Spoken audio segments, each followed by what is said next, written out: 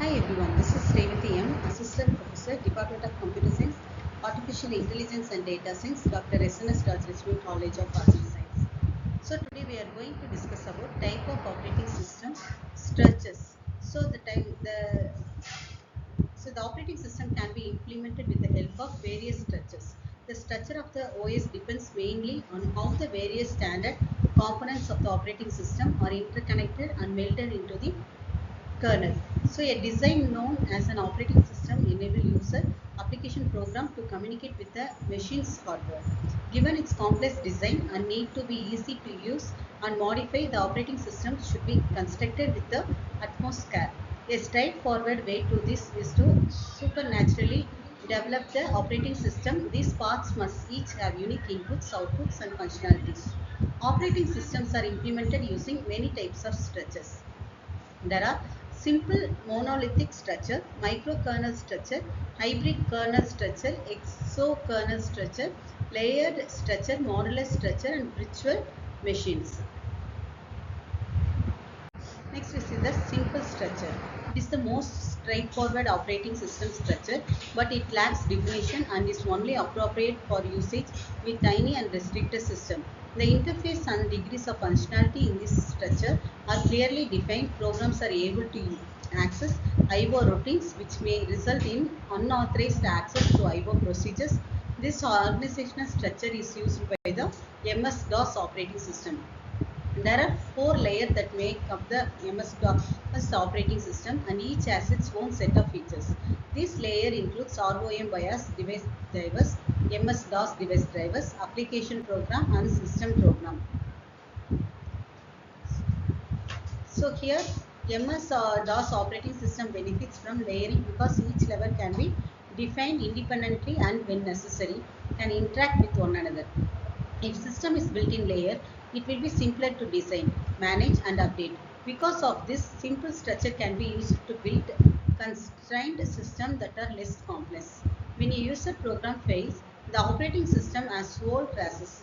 Because MS-DOS operating system have a low level of abstraction program and I/O procedures are visible to end users, even them to potential for unwanted access.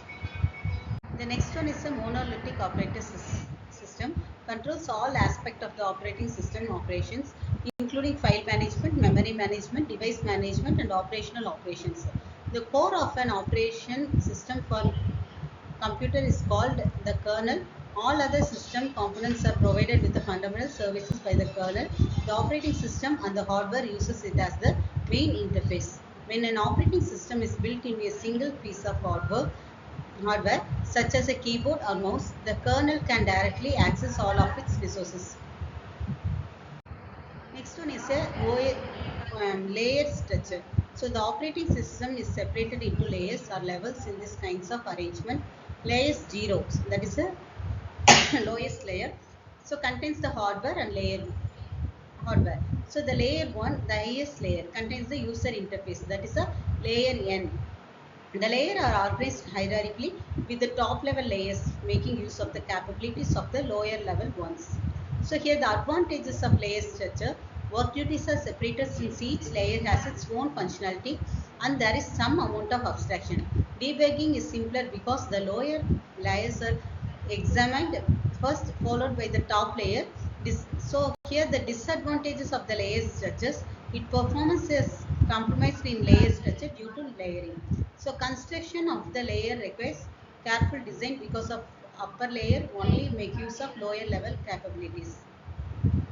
Next one is a microkernel structure. The operating system is created using a microkernel framework that strips the kernel of any unnecessary parts.